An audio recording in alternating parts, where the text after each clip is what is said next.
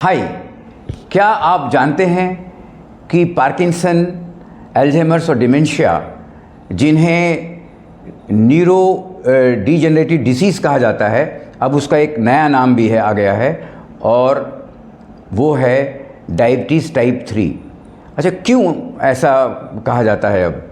क्योंकि जो excess sugar blood में होती है वो जब ब्रेन के सेल्स में या न्यूरॉन्स में जमा हो जाती है तो ब्रेन का फंक्शन जो है डिस्टर्ब हो जाता है और पार्किंसन, अल्जाइमर्स और डिमेंशिया जैसी बीमारियां हो जाती हैं। अब इसका सॉल्यूशन क्या है, कैसे ठीक कर सकते हैं? बिल्कुल, इसका सॉल्यूशन है। आप जो एक्स्ट्रा सप्लाई हो रही है शुगर की ब्रेन में, उसकी सप्लाई को रोकना है और जो एक्स्ट्रा शुगर जमा हो गई है उसको हमें निकालना है।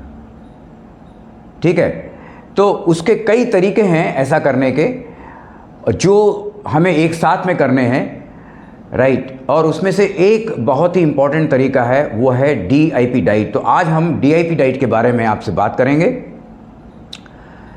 तो डॉक्टर T. कोलिन कैम्पबेल, जिनका न्यूट्रिशन की दुनिया में बहुत बड़ा नाम है, वो चीफ साइंटिस्ट थे DIP डाइट उस चाइना स्टडी के। और चाइना स्टडी में ये पाया गया कि there is a strong relation between nutrition and human disease.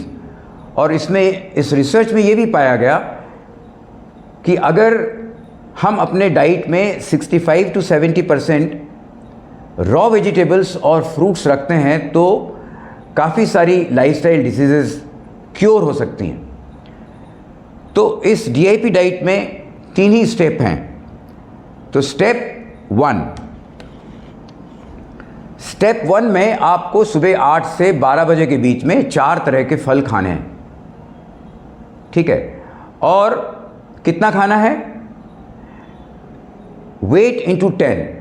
For example, मेरा वेट 60 kg है तो 60 इंटू 10 600 ग्राम्स आपको फ्रूट खाने हैं। तो 600 ग्राम से ज़्यादा खाएंगे तो अच्छा है और डबल खाएंगे तो और भी ज़्यादा अच्छा है, वो दवा का काम करेगा।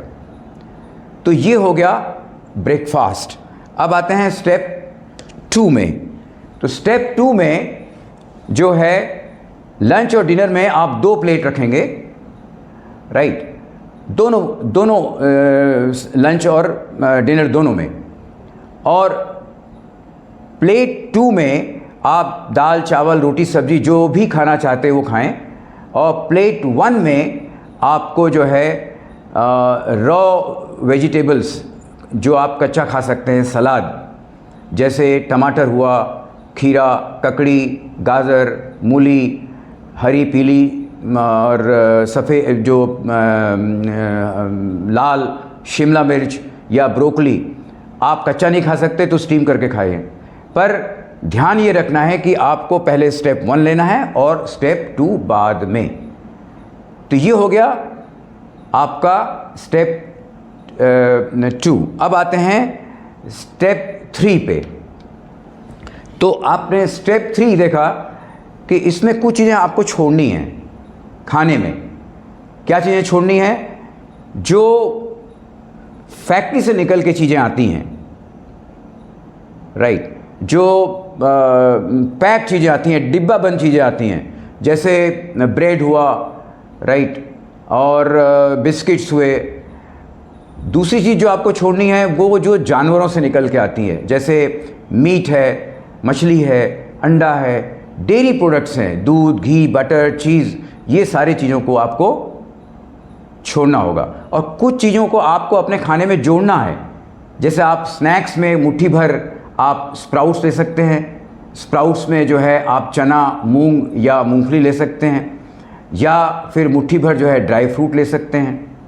ठीक है, पर याद ये रखना है, ध्यान ये रखना है कि आपको उसके 6 बजे के पहले ले लेना है। स्नैक्स में आप अगर एक्स्ट्रा फ्रूट्स खाना चाहते हैं वो भी कर सकते हैं, पर 6 बजे के पहले।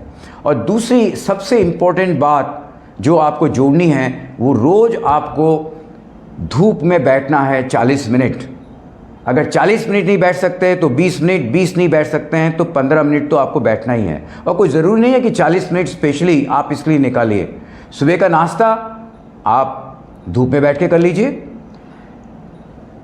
इसके अलावा आप बाहर जा रहे हैं तो इंश्योर कीजिए कि जो धूप है वो आपके शरीर पे पड़ रही है, और गाड़ी में जा रहे हैं तो आप शीशे खोल दीजिए तो धूप डायरेक्ट पड़ रही है। तो ये हो गया स्टेप 3। अब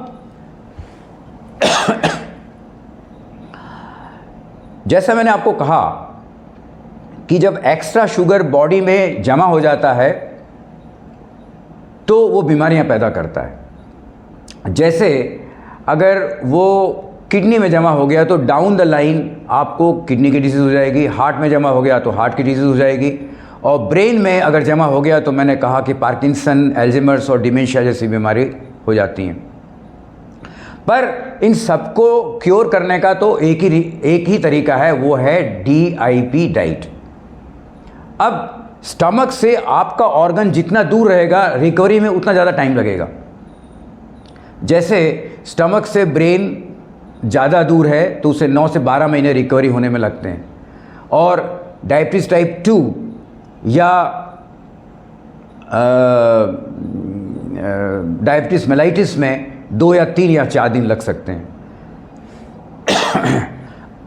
तो 1 साल भी अगर लग जाता है तो मेरे हिसाब से 1 साल भी कोई ज़्यादा समय नहीं है। And most important, every day you will improve a little bit. तो अगर आप DIP डाइट के बारे में या दूसरे ट्रीटमेंट प्रोटोकॉल्स के बारे में या अपनी बीमारियों के बारे में ज़्यादा जानना चाहते हैं तो दिए गए नंबर पर हमसे ज़रूर संपर्क करें। और एक बात ज़रूर याद रखिए जो मैं हमेशा कहता हूँ कि बड़ी से बड़ी दिखने वाली बीमारी का आसान से आसान इलाज घर पे ही हो सकता है। Thank you.